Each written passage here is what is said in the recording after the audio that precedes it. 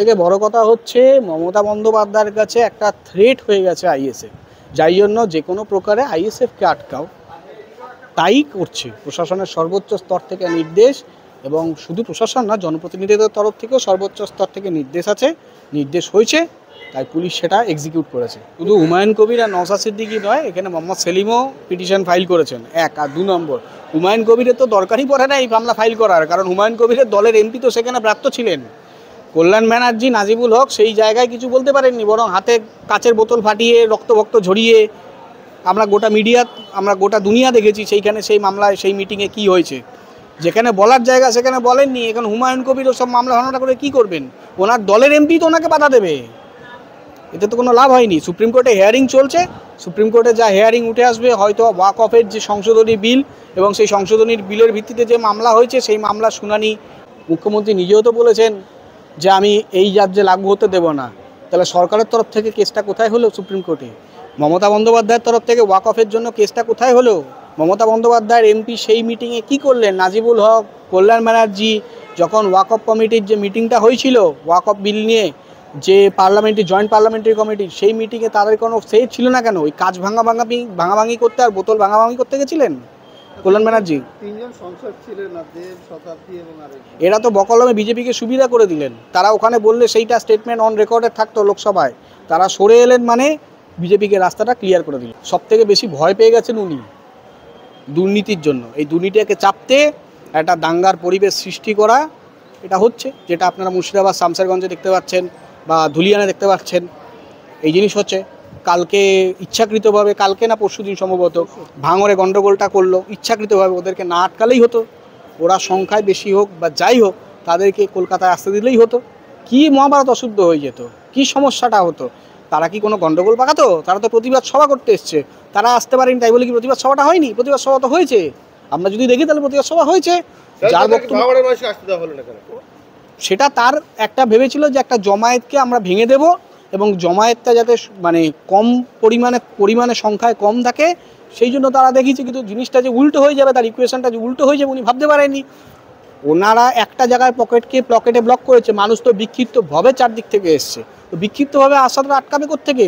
মানুষ ট্রেনে বাসে চড়ে যে আসছে, সেটা কি করে আটকাবে?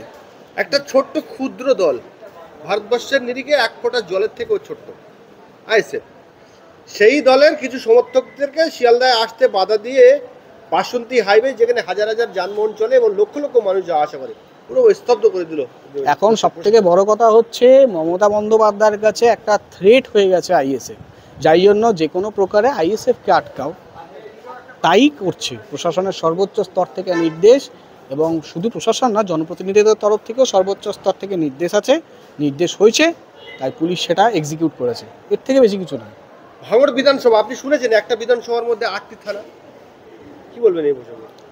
দেখুন, ব্যাপারটা হচ্ছে, অপরাধী যদি কেউ বলা যায়, তাহলে ভাঙড়ের বুকে অপরাধীরা বারবার ক্যানিং পূর্ব থেকে আসছে কেন?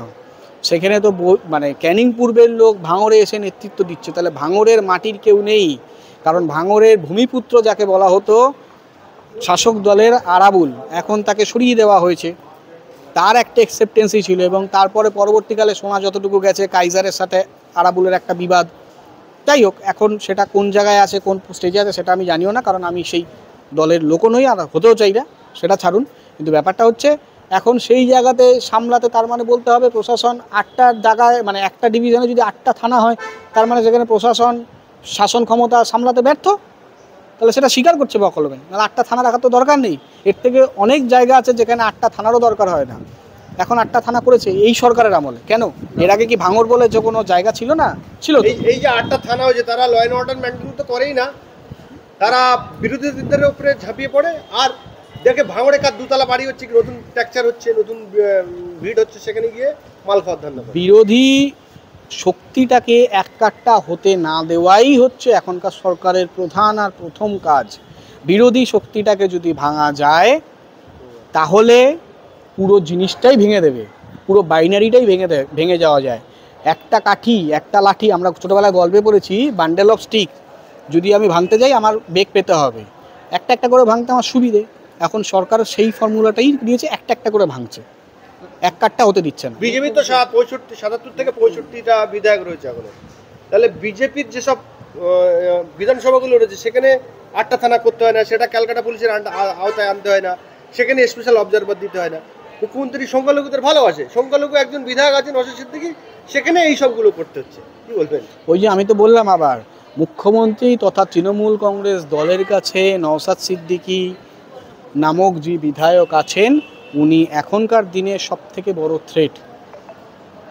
না, বিভিন্ন জায়গায় ওষুধের জন্য এবং গ্যাসের জন্য রাজ্য সরকার আন্দোলন করছে, সেটা কিন্তু বাড়িয়েছে দিল্লি।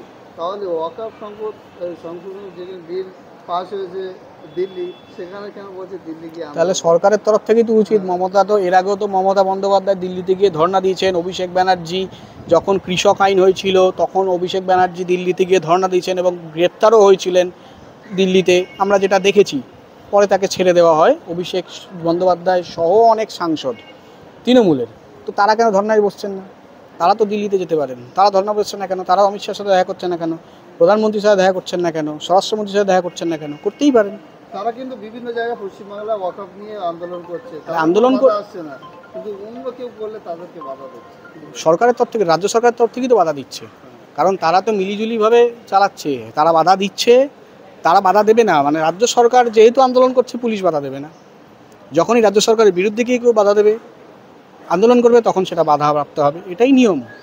আজ দেখলাম যে ওয়াকফ বিলের বিরুদ্ধে সুপ্রিম কোর্টে একদিকে হুমায়ুন কবির, অন্যদিকে নওশাদ সিদ্দিকী তারা পিটিশন দায়ের করলেন। কি বলবেন? শুধু হুমায়ুন কবির আর নওশাদ সিদ্দিকী নয়, এখানে মোহাম্মদ সেলিমও পিটিশন ফাইল করেছেন। এক আর 2 নম্বর, হুমায়ুন কবিরের তো দরকারই পড়ে না এই মামলা ফাইল করার, কারণ হুমায়ুন কবিরের দলের এমপি তো সেখানে প্রাপ্ত ছিলেন। কল্যাণ ব্যানার্জি, নাজিবুল হক সেই জায়গায় কিছু বলতে পারেননি, বরং হাতে কাচের বোতল ফাটিয়ে রক্ত ঝরিয়ে আমরা গোটা মিডিয়া, আমরা গোটা দুনিয়া দেখেছি সেইখানে, সেই মামলায়, সেই মিটিংয়ে কি হয়েছে। যেখানে বলার জায়গা সেখানে বলেননি। এখন হুমায়ুন কবির সব মামলা হামলা করে কি করবেন? ওনার দলের এমপি তো ওনাকে বাধা দেবে, এতে তো কোনো লাভ হয়নি। সুপ্রিম কোর্টে হেয়ারিং চলছে, সুপ্রিম কোর্টে যা হেয়ারিং উঠে আসবে, হয়তো ওয়াকফের যে সংশোধনী বিল এবং সেই সংশোধনীর বিলের ভিত্তিতে যে মামলা হয়েছে সেই মামলার শুনানি আমার হাতে এখনও রিপোর্ট এসে পৌঁছয়নি। ওই মামলার রিপোর্ট কি আছে না আছে আমি যতক্ষণ না দেখবো ওটা কিছু বলা যাবে না এই মুহূর্তে। আচ্ছা, আপনি একজন আইনজীবী, রাহুল দাস নন মুসলিম হয়েও আপনি মনে করছেন না যে এই মুসলিম সম্প্রদায়ের অধিকারে খর্ব করছে না কেন্দ্র সরকার? এটা তো মুসলিম যে সম্প্রদায়, কোনো সম্প্রদায়ে খর্ব করছে কেন্দ্র সরকার। তার সবথেকে বড় কারণ হচ্ছে যখন হিন্দুদের সম্পত্তি যখন করা হয়, মানে নেওয়া হয়, সেখানে পরিষ্কার বলা থাকে যে কোনো রকম হিন্দু ব্যতি রেখে অন্য কোনো ধর্মাবলম্বী এই ট্রাস্টি বোর্ডের মেম্বার হতে পারবেন না। তাহলে সেক্ষেত্রে মুসলিম বা অন্য ধর্মের মানে মুসলিমদের ক্ষেত্রে সেটা কেন হবে না? ওয়াকফে যারা থাকবে শুধুমাত্র মুসলিম থাকবে, এটা করে দিলেই তো হয়ে যায়। তাহলে এত ঝামেলার তো সূত্রপাত হয় না, এত গন্ডগোল তো হওয়ার কোনো দরকারই থাকে না।